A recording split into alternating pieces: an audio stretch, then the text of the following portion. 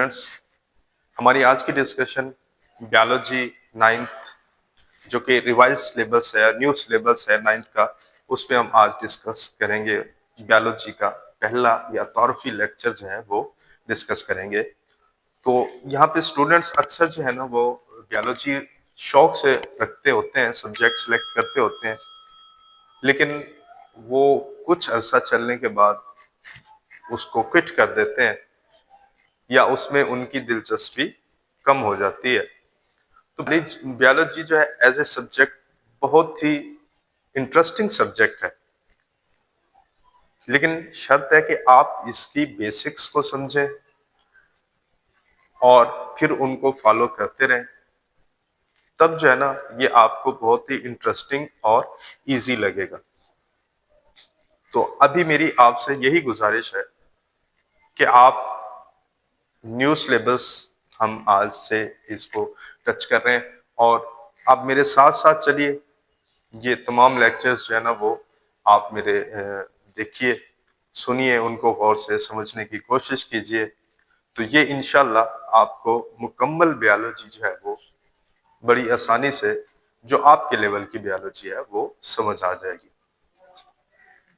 तो पहले हम स्टार्ट करते हैं, बायोलॉजी है क्या। तो ओवरऑल स्टूडेंट्स, साइंस जो है वो नॉलेज है जिसके जरिए से हम नेचर के बारे में जानते हैं थ्रू ऑब्जर्वेशंस एंड एक्सपेरिमेंट्स, यानी कि तजर्बात और मुशाहदात की रोशनी में जो हम नॉलेज, सिस्टमैटिक नॉलेज या सिस्टमैटिक इल्म हासिल करते हैं, उसको साइंस कहा जाता है। अब साइंस जो है वो उसकी मुख्तलिफ फील्ड्स हैं कि इल्म जो है वो बहुत ही एक बड़ा वसी समंदर है। तो जब तक उसको मुख्तलिफ कैटेगरीज में डिवाइड नहीं किया जाएगा तो उसको स्टडी करना ये नामुमकिन हो जाता है। हर चीज को एक ही जगह पे देखिए, आप क्लासेस में भी, स्कूल में आप क्लास बनाते हैं, 1 से लेकर 10 तक क्लासें, और उस क्लास में भी आगे सब सेक्शन होते हैं। तो ये किसी चीज को आसानी की खातिर अंडरस्टैंड करने के लिए ये बनाए जाते हैं ग्रुप्स, और इन ग्रुप्स में ही जो है ना एक ग्रुप साइंस का बायोलॉजी है, शाख कह लें आप उसको या ब्रांच कह लें। तो बायोलॉजी क्या है? बायोलॉजी असल में ये कॉम्बिनेशन है दो अल्फाज का, बायो और लॉजी। ये ग्रीक वर्ड है, यूनानी, जो कि बायोस और लोगोस से निकला है। इसका मतलब है कि जिंदगी पर बहस। बायोस का मतलब जिंदगी एंड लोगोस मतलब उस पर बहस या उसका मुतालिया। तो ओवरऑल बायोलॉजी जो है वो ये स्टडी है जानदार अशिया की, लाइफ की स्टडी, जानदार चीजों का मुतालिया जो है ये बायोलॉजी है। इसके बाद फर्दर इसकी भी शाखें, इसकी भी ब्रांचेस हैं, जिनमें से हमने कुछ को यहाँ पे लिखा हुआ है। जो 9th का नया सिलेबस है उसमें ये सारी ब्रांचेस डिस्कस की गई हैं, तो इसलिए हमने भी उसको यहाँ पे डिस्कस किया हुआ है। तो अब हम स्टार्ट करते हैं कि ये ब्रांचेस हैं क्या। बायोलॉजी की मेजर डिवीजन्स जो है वो 3 हैं, जो कि आपके सामने लिखी हुई हैं: ज़ूलॉजी, बॉटनी और माइक्रोबायोलॉजी। ज़ूलॉजी, ये आप याद रखें, जानवरों का मुतालिया, और ये इसको आप मेमोराइज करने के लिए मैं आपको बताता हूँ कि जू में आप जानवर ही देखते हैं ना, तो इस निस्बत से आप याद रखेंगे कि ज़ूलॉजी जो है वो जानवरों का मुतालिया है। इसके बाद बॉटनी जो है वो पौधों का मुतालिया, study of plants. Then microbiology, micro का मतलब होता है छोटा, छोटे साइज के ऑब्जेक्ट्स जो होते हैं, छोटे साइज के ऑर्गेनिजम्स, जैसा कि बैक्टीरिया है या वायरसेस हैं, उनकी स्टडी, खुर्द बीनी जानदार इनको कहा जाता है। और इन खुर्दबीनी जानदारों का मुतालिया जो है वो माइक्रोबायोलॉजी कहलाता है, स्टडी ऑफ माइक्रो ऑर्गेनिजम्स। इसके बाद इसकी फर्दर फील्ड्स आ जाती हैं बायोलॉजी की, जिनमें पहला है मॉर्फोलॉजी। मॉर्फोलॉजी जो है ये दो लफ्जों का कम्बिनेशन है। अच्छा, आप यहाँ पे देखिए कि ज्यादातर जो ब्रांचेस हैं उनमें कम्बिनेशन है, दो अल्फाज का, दो वर्ड्स का कम्बिनेशन है, और एंड पे लॉजी इस्तेमाल होता है। लॉजी का मतलब होता है मुतालिया, लॉजी मतलब मुतालिया, स्टडी, बहस, इसका मतलब ये। और मॉर्फोलॉजी, ये मॉर्फोलॉजी यानी कि दो वर्ड्स का कम्बिनेशन है, मॉर्फ और लॉजी। मॉर्फ जो है वो किसी चीज की शक्ल, सूरत या साख का मुतालिया होता है। शक्ल सूरत को मॉर्फ कहा जाता है, लॉजी मुतालिया, यानी कि शक्ल सूरत और साख का मुतालिया जानदारों की, ये है मॉर्फोलॉजी। Then anatomy. एनाटॉमी जो है वो इंटरनल स्ट्रक्चर्स का मुतालिया है। जैसे आप तस्वीरों में बना देखते हैं कि दिल की ये तस्वीर है, या गुर्दे की, किडनी की ये तस्वीर है, लंग्स की ये तस्वीर है। तो ये तस्वीर जो है ना आपके सामने आई है, तो इसका मतलब इन चीजों को इंटरनली स्टडी किया गया है। तो ये कैसे मुमकिन है? जब अंदरूनी आज़ा का मुतालिया किया जाता है, इंटरनल ऑर्गन्स की स्टडी जो है वो एनाटॉमी है। फिजियोलॉजी ये है किसी भी चीज की वर्किंग, कि हमारे जिस्म के जो ऑर्गन्स हैं वो कैसे काम करते हैं, हमारा चलना फिरना, उठना बैठना। इसके अलावा जो इंटरनल हमारे जो ऑर्गन्स हैं, इवन गुर्दे, अब वो फिल्ट्रेशन का काम कैसे कर रहे हैं, या जितनी भी एक्टिविटीज हमारे अंदर हो रही है, तो जो ऑर्गन्स हैं उनका वर्किंग का उसूल क्या है, या वो कैसे काम करते हैं, इस बात को कहते हैं फिजियोलॉजी। इसके बाद है हिस्टोलॉजी। हिस्टो जो है वो लफ्ज यूज होता है टिश्यूज के लिए, और टिश्यूज क्या होते हैं? सेल्स का ग्रुप होता है, एक जैसे सेल्स का ग्रुप होता है जो कि कोई खास काम सर अंजाम दे रहे होते हैं, और इनको माइक्रो लेवल पर स्टडी किया जाता है माइक्रोस्कोप के थ्रू।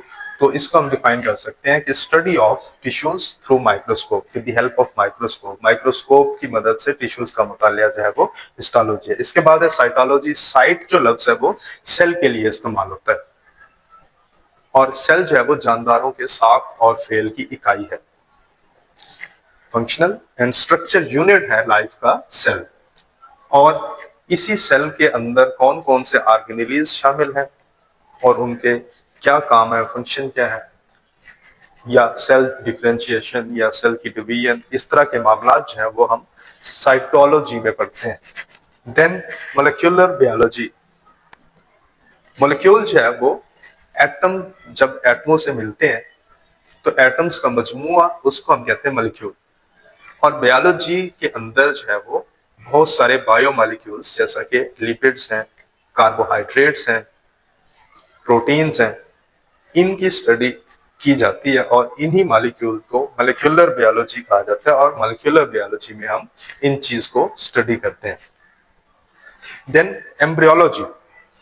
एम्ब्रियोलॉजी यानी कि एम्ब्रियो का मुतालिया, स्टडी ऑफ एम्ब्रियो। अब एम्ब्रियो क्या है? एम्ब्रियो जो है ये फर्स्ट डेवलपमेंटल स्टेज है किसी भी जानदार की, जो खासतौर पर इस सेक्सुअल रिप्रोडक्शन के नतीजे में स्पर्म और एग के मिलने से फर्टिलाइजेशन के बाद जाइगोट, और फिर एम्ब्रियो। एम्ब्रियो जो है आप उसको डेवलपमेंटल स्टेज कह सकते हैं। किसी भी आम अल्फाज में अगर देखें तो जानदार की सादा तरीन शक्ल होती है, ये उसकी डेवलपमेंट की स्टेजेस में से एक स्टेज है, और इस स्टेज से अडल्ट जानदार बनने तक जो चेंजेस आती हैं उनका मुतालिया हम एम्ब्रियोलॉजी में करते हैं। देन पैलियोंटोलॉजी। पैलियोंटोलॉजी फॉसिल्स का मुतालिया, स्टडी ऑफ फॉसिल्स। फॉसिल्स क्या होते हैं? जानदारों की जो बाकियात होती हैं, जो जानदार नापैद हो चुके हैं, मर चुके हैं, डेड हो चुके हैं, उनकी जो बाकियात हैं उनको कहा जाता है फॉसिल्स। जैसा कि डायनासोर्स अब से पहले कई मिलियन साल पहले पाए जाते थे, लेकिन अब नहीं है। ये हमें कैसा पता चला? उनके फॉसिल्स, उनकी उम्रें कितनी थी, उनका मास कितना था, ये वगैरह वगैरह, ये हम इसमें जानते हैं पैलियोंटोलॉजी के जरिए से। देन है टेक्सोनोमी। टेक्सोनोमी जो है ना, टेक्सोन कहते हैं किसी दर्जे को, किसी क्लास को। तो टेक्सोनोमी बेसिकली साइंस की, बायोलॉजी की वो ब्रांच है जो चीजों को क्लासिफाई करती है मुख्तलिफ ग्रुप्स में कि ये जानवर है, ये पौधा है, ये फंजाई है, ये प्रोटिस्ट है। तो इन अलग अलग ग्रुप्स में स्टडी करना, जानदारों को रखना, ये है टेक्सोनोमी। टेक्सोन का मतलब होता है दर्जा या क्लास। इसके बाद है इकोलॉजी। इकोलॉजी ये है इन्वायरमेंट से मुतालिक कि एक जानदार एक माहौल में रह रहा है तो उसको दे क्या रहा है, उससे ले क्या रहा है। गिव एंड टेक कि माहौल का जानदार पर क्या असर है और जानदार का माहौल पर क्या असर है, ये स्टडी हम करते हैं इकोलॉजी के अंदर। इसके बाद है marine biology. Marine biology, marine जो लफ्ज है ये समुद्रों के लिए इस्तेमाल, ओशंस के लिए इस्तेमाल होता है। तो ओशंस के अंदर भी, यानी कि समुद्रों के अंदर भी बहुत बड़ी जो है ना एक रेंज है लाइफ की, और उन जानदारों का मुतालिया या study of marine life is called marine biology. समुद्री जानदारों की या जो मैरीन लाइफ है उनकी स्टडी मैरीन बायोलॉजी कहलाती है। Then pathology.